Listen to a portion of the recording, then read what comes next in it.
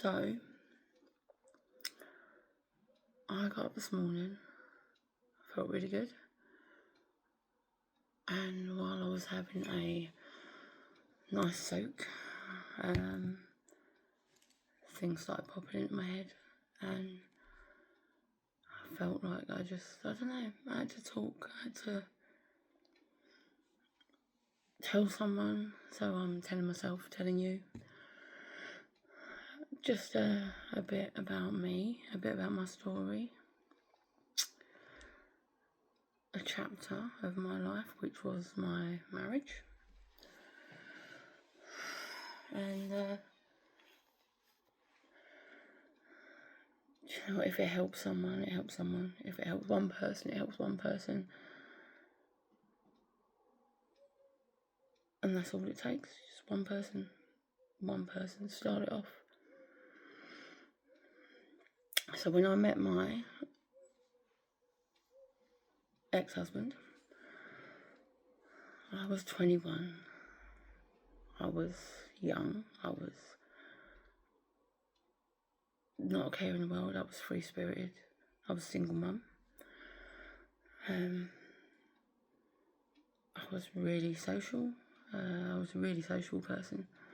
So outgoing, not, like I say, free-spirited, not care in the world really. Always made sure my little one was looked after, but had the perfect balance of enjoying my life as well. And then along he came, and I'll be honest, he started off as a bet when we saw him.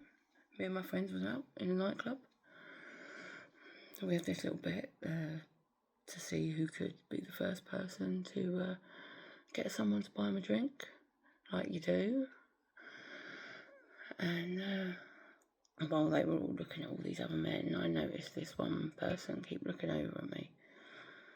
And I turned to one of my friends and went, "That one's mine." Yeah, no idea where that would lead. Excuse me. And I made sure I made eye contact and stuff, and gave a smile like you do. And he came over, and the first thing he said was, "What are you drinking?" So I reeled off a list, because, you know, like I said, I didn't care at the time, of mine and all my friends' drinks. And, you know, he actually went and bought them, a whole lot. And I thought, wow, this is either a mug or really nice. But he did. We chatted for a while, and then I spent the rest of the night trying to avoid him. When we left the club, when the lights come on, because that's what you used to do, never left till the lights come on, I thought we'd got a shot of him. Yeah, bumped into him in the kebab shop. And little did I know, during that time, one of my friends gave him my number. And the next morning he messaged me and asked me out. So I agreed to meet him the next night. And in a pub, on my own, he brought one of his mates. Should have been the warning signs there, because waiting to go, I felt sick. I mean, I felt really sick. I know some people call it butterflies. It's not butterflies. It's, you listen to your body, it's actually a warning sign, which I've learned in later years. But I felt really sick. I was so anxious, but at the same time I had these butterflies. And when I got into town, I stood opposite the pub. I just looked. Part of me then said, "Oh, don't do it, just go home." I wish I could say that I wish I did.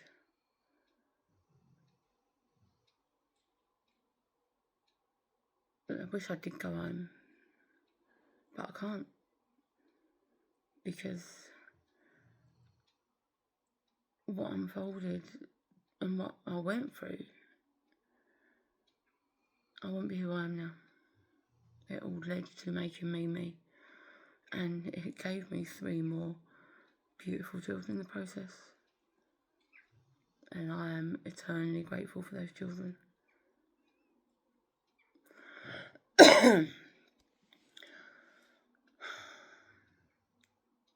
So, we'll carry on.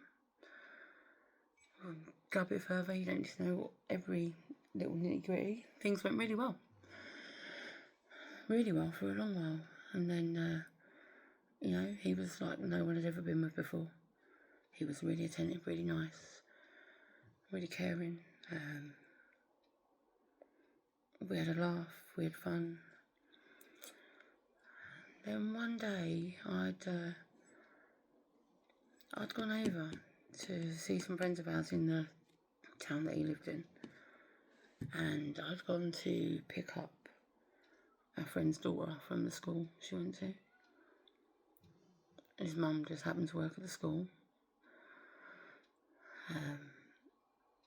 I was probably a bit scantily dressed. I was scantily dressed. It was a hot summer's day, and I was slim and still full of confidence, so I didn't care what anyone thought. I didn't care about showing off my body. It was my body. I was going to do what I wanted with it, and no one could tell me what to do.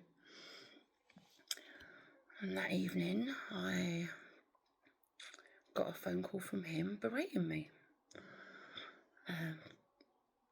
Because I'd been in that town, because of how I was dressed, and because I'd been seen by people that knew him, especially his mum. And another warning sign, I should have known. And in that moment, something changed in me. I started questioning myself. And then a couple of days later, we'd do something nice again, and I'd feel really upbeat again. And that became a pattern that he would tear strips into me for minute things. And I now know that was him starting to break me down.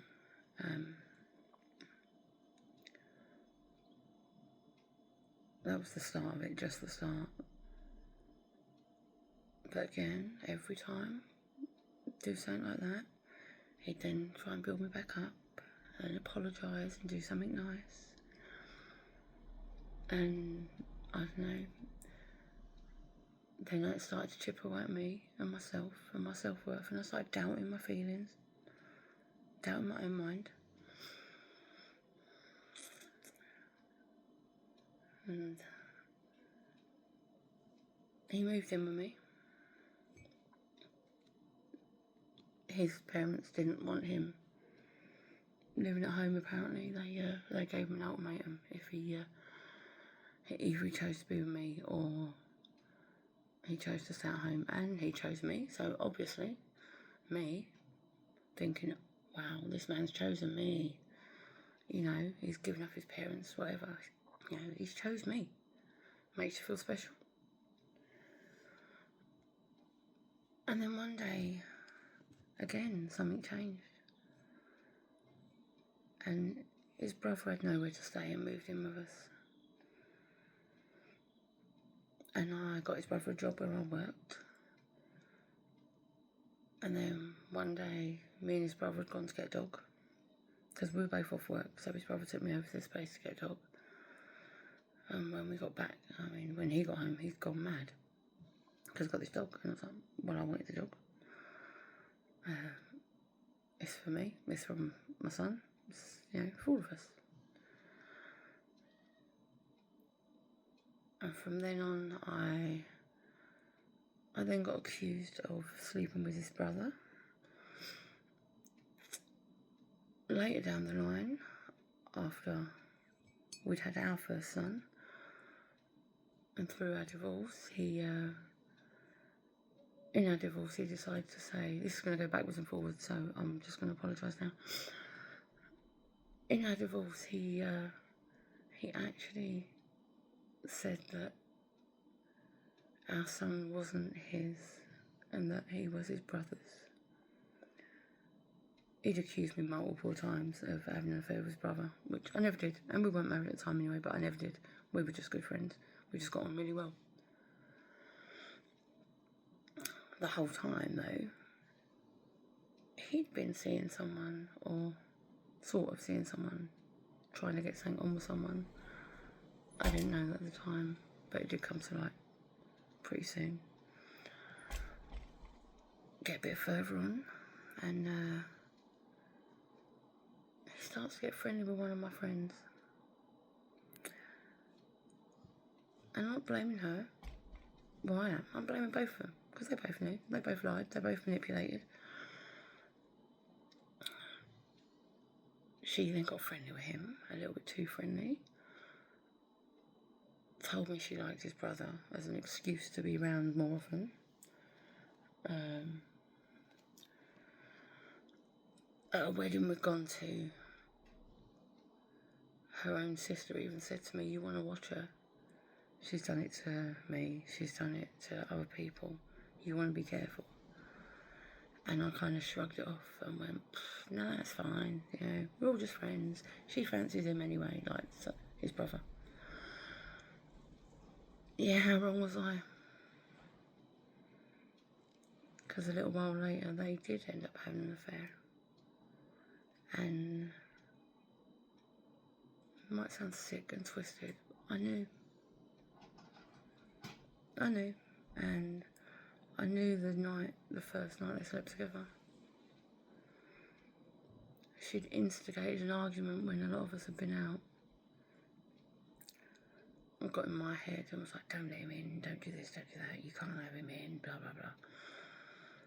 And I went home and obviously I locked the door. And he came down the road a bit later, tried the door, I didn't let him in. I wanted a peaceful night. I had the boys at home. I wanted some peace. I thought, wherever he stays, he'll find somewhere. I'll let him in, like, next day or whatever.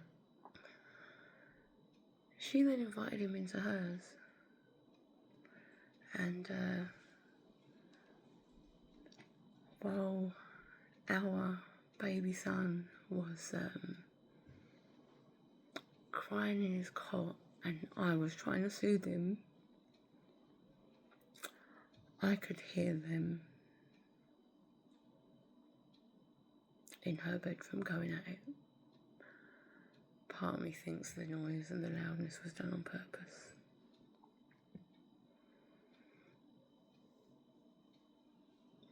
And that hurt.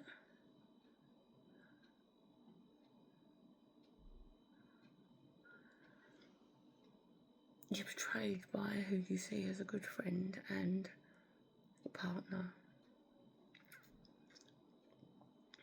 More than that,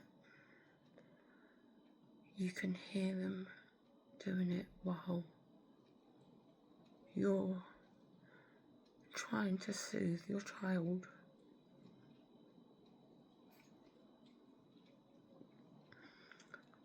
And then the next morning,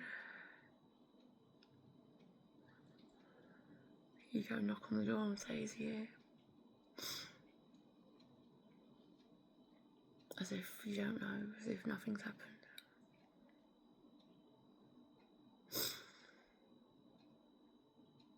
And then he apologises for the argument.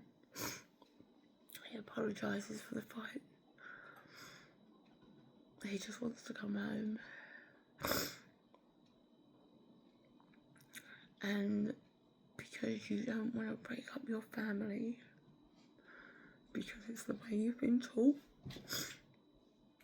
that children need both parents, and you don't want to be another single mum again, you have it back.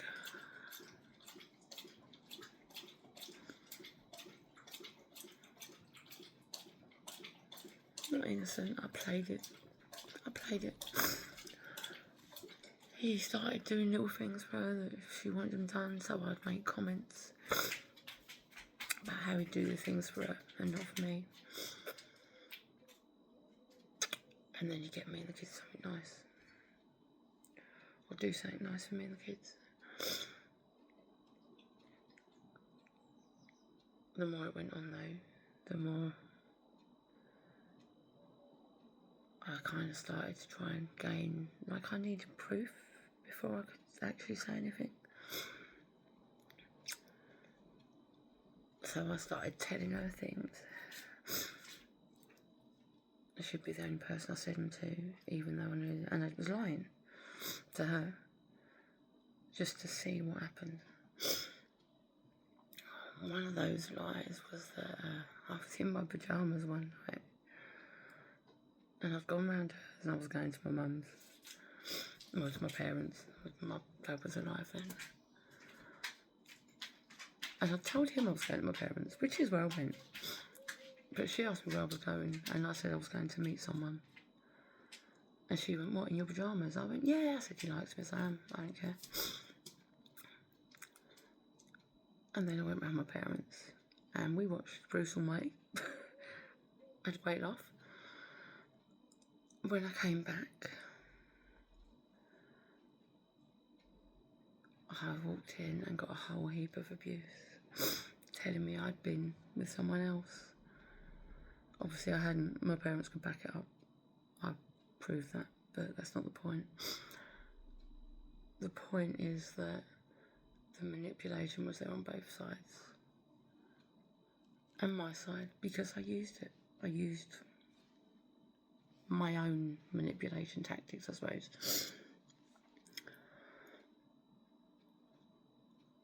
Then another time, well, the night before our wedding, yes, I still married him after that. And no, she wasn't invited to the wedding. It's ridiculous. I'd gone round my parents, because that's where I was staying. He was staying at ours with his friends. And a mate of mine had said to me, well, he had a stag do, you've not had a hen do. I said, well, this is my hen do, round my mum's parents. She went, not having this. She went, you're going out. So she stormed round to mine and got my clothes and my makeup, and us girls went out for a night.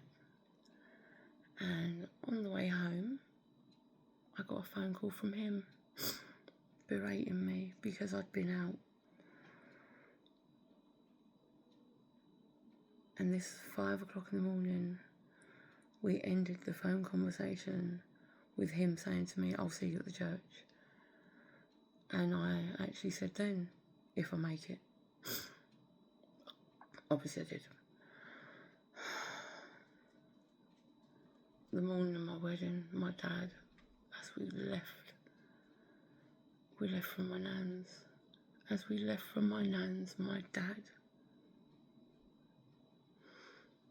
held my hand and said to me, you haven't got to do this if you don't want to.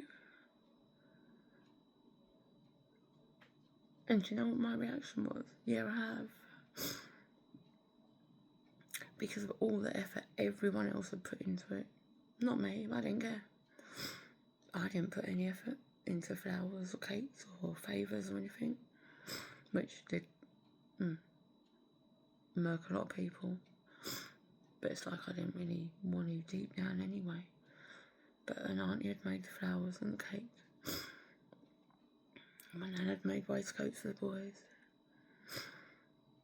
Aunties and my mum had made the buffet. And I felt obliged to go through with it. You should never feel obliged. If you know something's not right,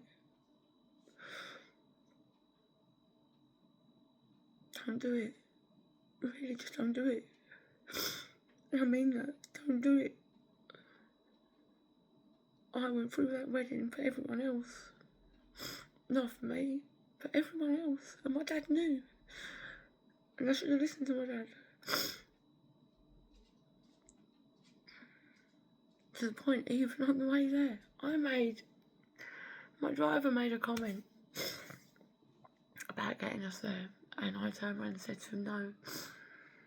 I said, bright sunshine. I said, don't take me to the church. I said, take me to Yarmouth. He went, I can't. I promise him I'll get you there. And as we got closer, we've got a key. The water's in our town. And I made him pull up on the key. He went, what's the matter?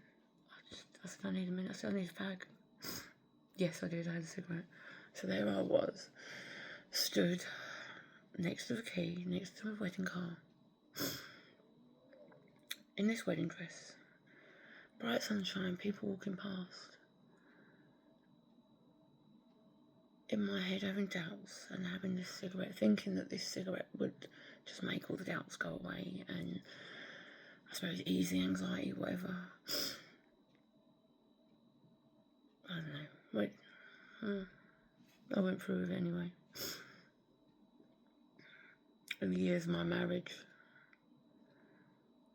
that was the pattern. It was up and down, up and down, up and down. The good, the bad, the good, the bad, and then the bad started to outweigh the good, obviously. The verbal, the physical occasions. I'm so sorry that my kids had to go through it. Some of it, they saw some of it. I tried to hide it from some of them, a lot of it. But they heard, they saw some. And that's not right. No children should see or hear that.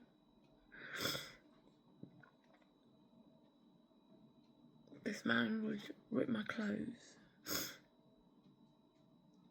if I looked nice. I'd have constant accusations of meeting people when I hadn't.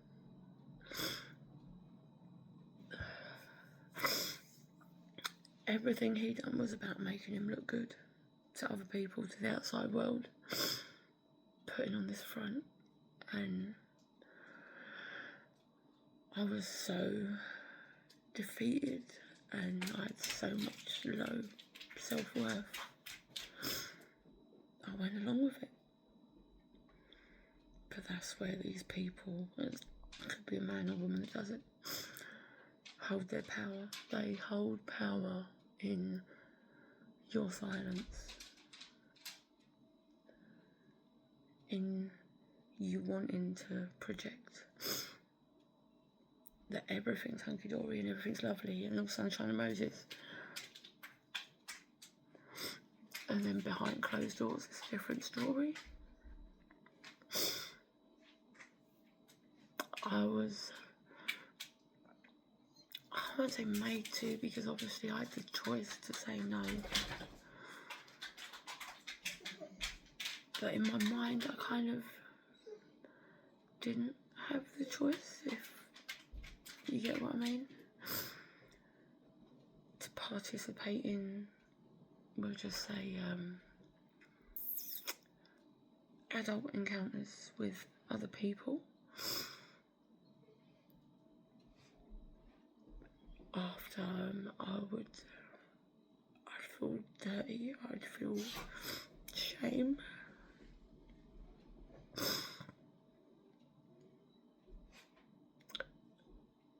I'm sure we done it for that reason. I'm sure we done it to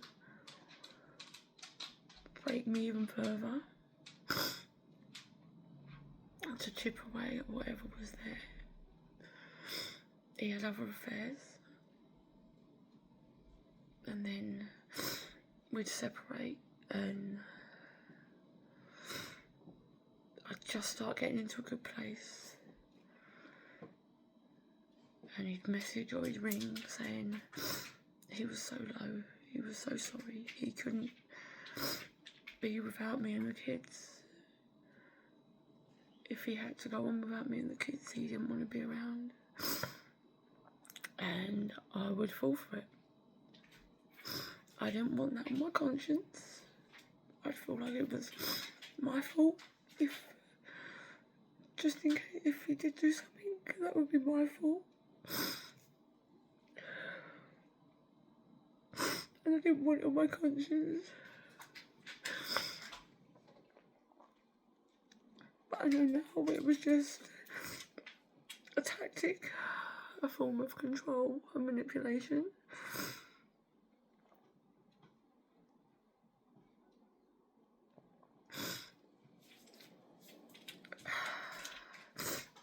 And at one point, I'll be honest, when I was really low and how I felt it's no excuse, I had a couple of other people pay attention to me, made me feel good. And yeah, I did cheat on my husband with those people. No excuse, I done it. I made the choice. I should have said no, whether it made me feel good or not. I should have said no. I was married and I was brought up to believe in the sanctity of marriage.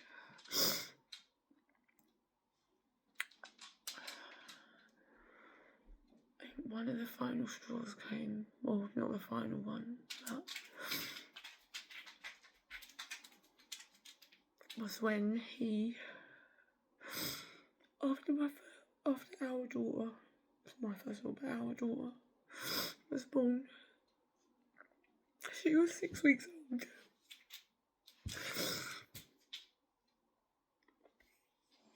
And this man forced himself on me. I kept saying no. I asked him to stop.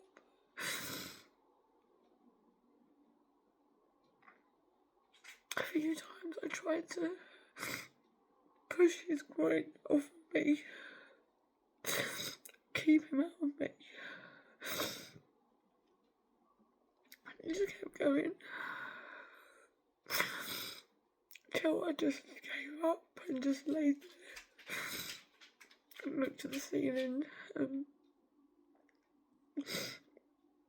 just kind of, I suppose in that moment I just kind of gave up. It was like, he's going to do it anyway. I said no, I've tried to stop him. She done it anyway.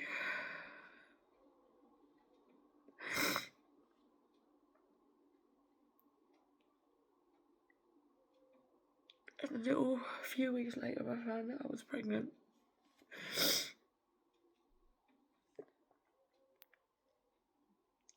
And I made a decision to have a termination after I'd kind of been given permission by my nan to have a termination. I don't mean like actually given permission, but when I spoke about being pregnant again, and because we've been separated before a couple of times, and I'd spoken to my nan about not wanting to be left with 5 kids on my own. I didn't know if I was mentally able to, mentally, physically, financially able to. I did have a job. I'd been in my job for a little while. A job that I ended up staying in for almost 18 years. And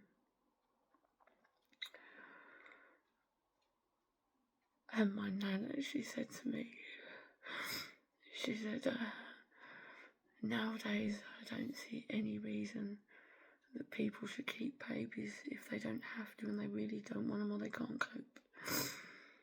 And I took that as permission. And today I went for the abortion and I didn't tell anyone. And I went to the hospital the first day. You have to get it approved by 2 people, 2 doctors. We had to then, I don't know if you do now. And I can remember having the scan and I wouldn't look at the scan because I didn't want to see it. Because I knew if I saw it, I wouldn't be able to do it. And I had to do it for myself. And then he go into another room and they sat me down, this really lovely nurse sat me down. This tablet. I mean, she was really helpful. She went through everything, but I just didn't want to hear it. I was just in a zone. And I instantly took the tablets and she put it down. She asked me why I didn't think about it, didn't hesitate. I said, because I couldn't. If I didn't do it in that moment, I wouldn't have done it. And again, I knew I had to. And then I had to go away and come back a couple of days later. I've done that on my own as well. You go into a ward. I'm sorry if this disturbs people.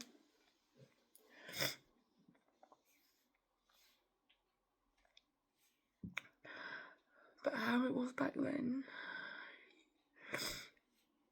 every time you went to the toilet, you had this little grey bedpan thing.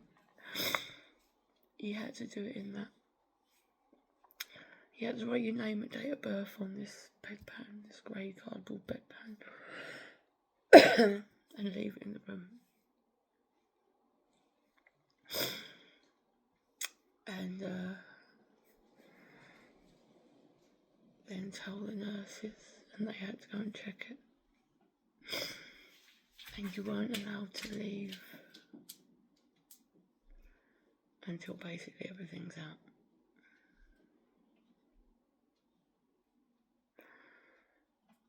I couldn't look at those bedpans. I didn't want to see. And I sat on this bed on my own.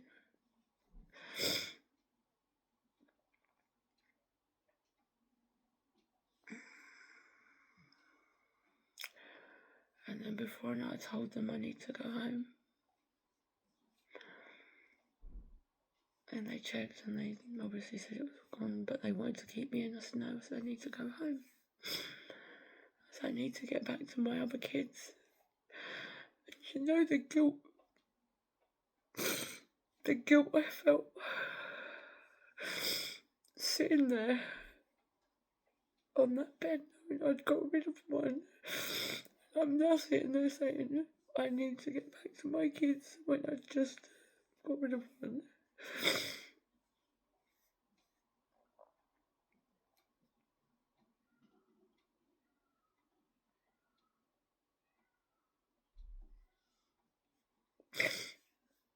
After that I became numb.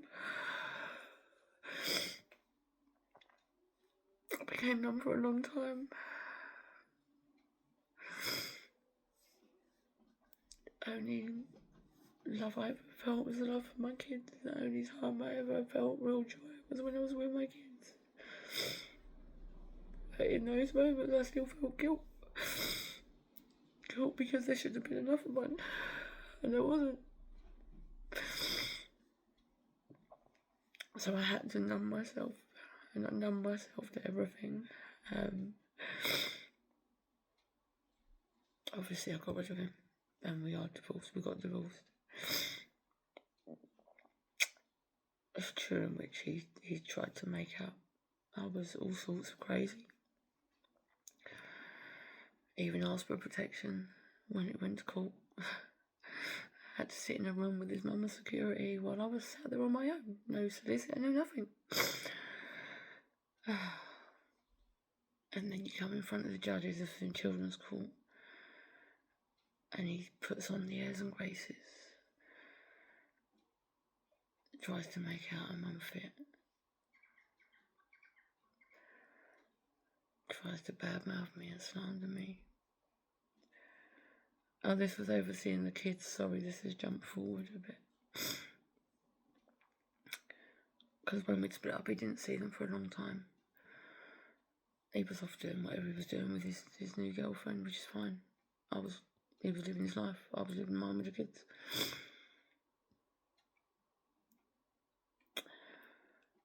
But yeah, at the point I turned around and said, because he hasn't seen him for so long, I turned around and said to him, if you ain't seen him for this long, don't bother. And yeah, I did say that. And at the point I said that, did this man take me to court for access to the kids?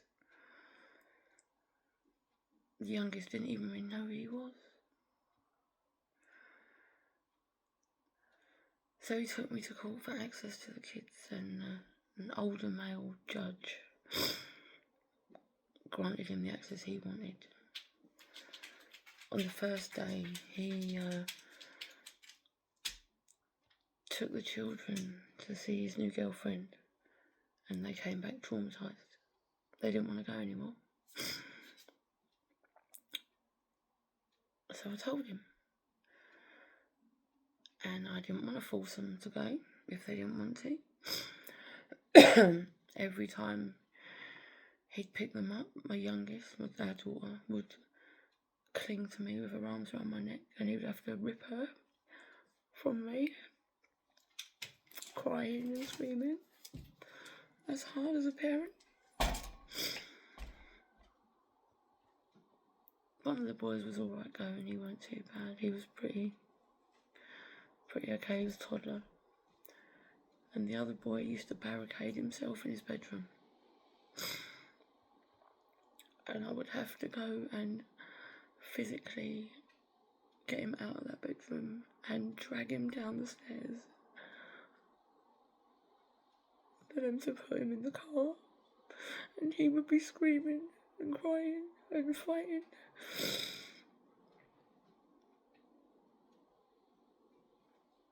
And I had to do it. Because every time I told him not to go, or I tried to not make him go, he'd take me back to court. And on one particular occasion, this judge, the same judge, told me that I had to force my children to go. And if I didn't, and if I tried to prevent it, I would be breaking the court order.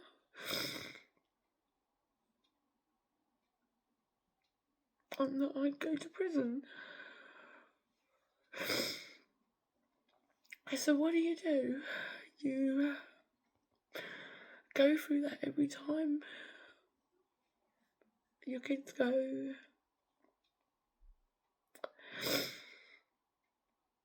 You deal with their behaviours when they get back, because they feel safe again, and you want to make them feel safe.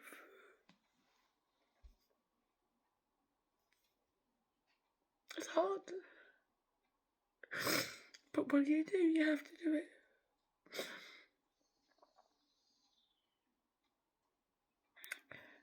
And I started getting back on track again, obviously.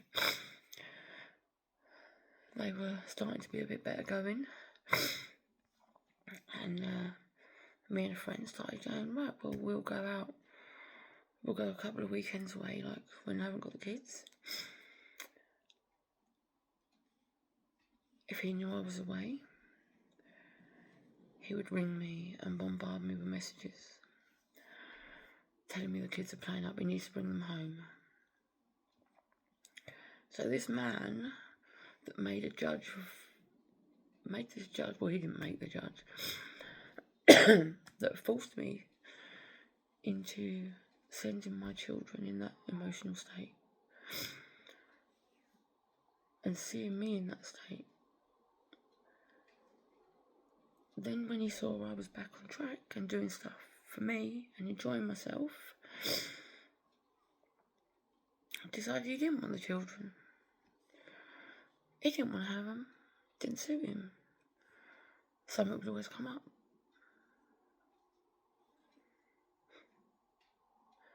Control, manipulation.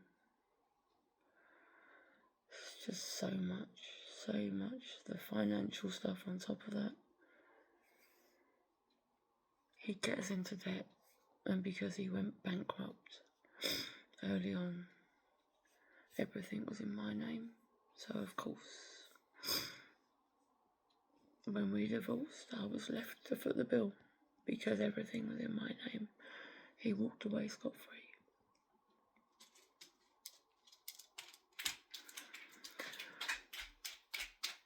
And I was for a lot of years, like I say, I was numb. I didn't really have any emotion at all. I just numbed myself to a lot of stuff. I changed my hair colour all the time. Haircut, colour, get my nails done, try and all these things on the outside that I think, oh, they'll make me feel a bit better. I feel good about myself, feel better about myself.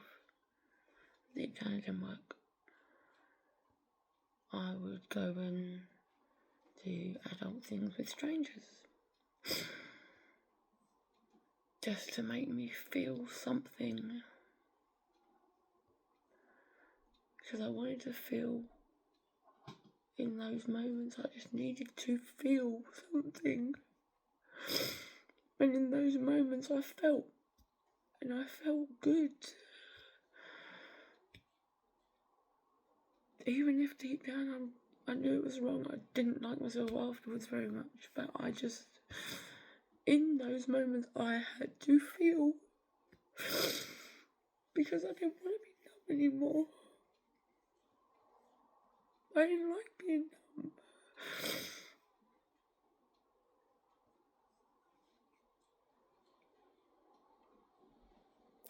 And you know what it's like to be tied. Because you've got children, be tied to someone that's done those things to you in some respect. For a lot of years, ongoing.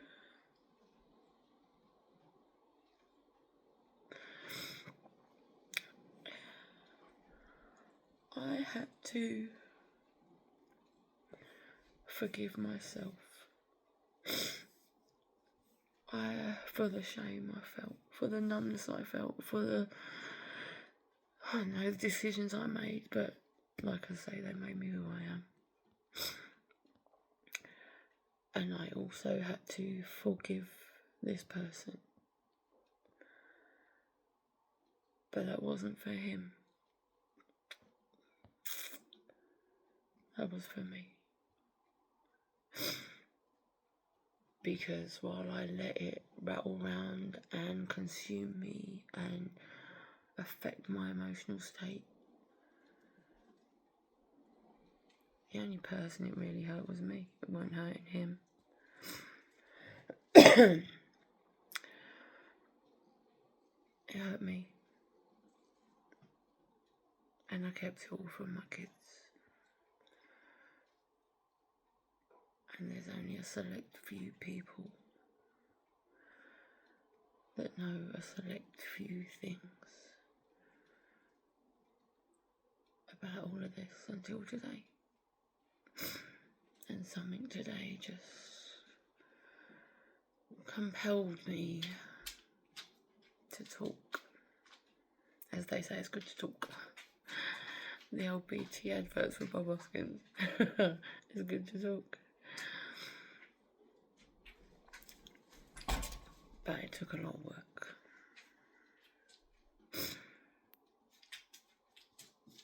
And then you notice when other things come up for new relationships, you do tend to notice patterns. You tend to learn, it's true what they say, trust your gut. You learn to listen to your gut instincts, maybe not straight away. You regain your self-worth in many ways. You start to realise the things these people do is a reflection on them and their character. It's not you. It's not who you are. You know who you are deep down. You just need to find it again. Find that person. Find your light again. And it can be really hard. I've had many times where I wanted to just walk away from it all. I've had times where I've sat in a ball in the corner of the kitchen or in the bathroom and just cried and cried and cried and wanted everything to end.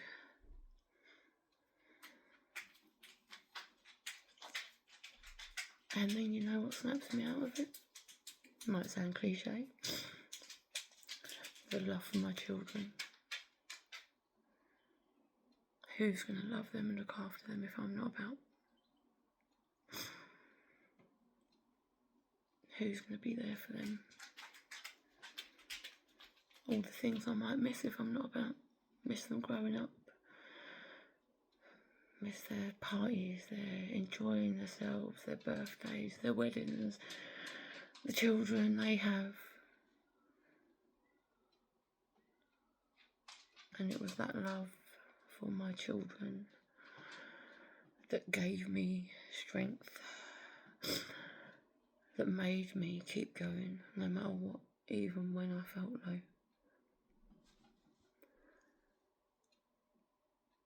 It was for them and for me that I looked inside myself and I faced and questioned and battled any demons or anything I'd been through. Wrote it all in a journal, had nights where I cried, started trying to pull my hair out. I know, weird, right? Physically hit myself, thinking, why are you so stupid? Why are you doing this? So yeah, I've just been there in some really dark places, been through some really shoddy stuff. And now I'm in a good place, obviously. I love myself. I love my life. I learn to appreciate each moment as it comes. Get in touch with my inner child again and find my inner joy. I am who I am. I embrace who I am.